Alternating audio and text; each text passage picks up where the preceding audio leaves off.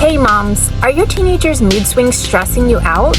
Well, as a teen and parent well-being coach, I can assure you I've heard my fair share of stories from parents about meltdowns that are happening. In fact, I even took an emergency call right before Christmas. Typically, I don't do that, but I needed to in this situation. There was a big meltdown happening with one of the families I work with.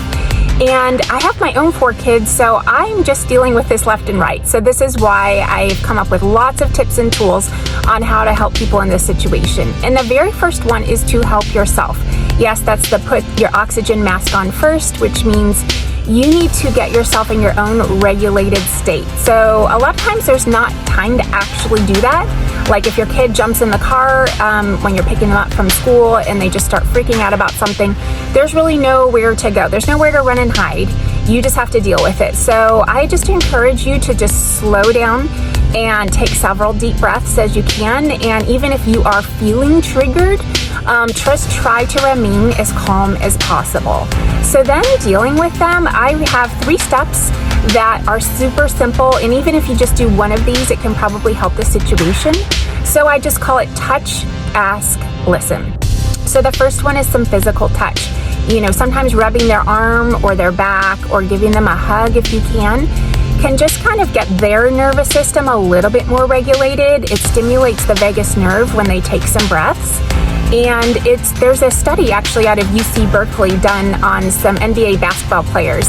And it was found that the more physical touch, fist bumps, high fives that the players did during a game, the better they actually performed both as individuals and a team. So I just love that research on physical touch. The second one is ask, and you might want to ask what's going on. And, a lot of times teenagers aren't able to name the emotion that they're feeling.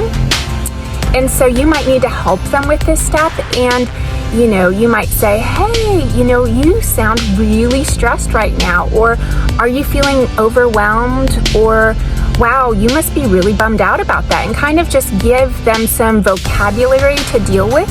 And, there's the expression, you have to name it to tame it. So if they can get the word, then that will help, calm them down a lot.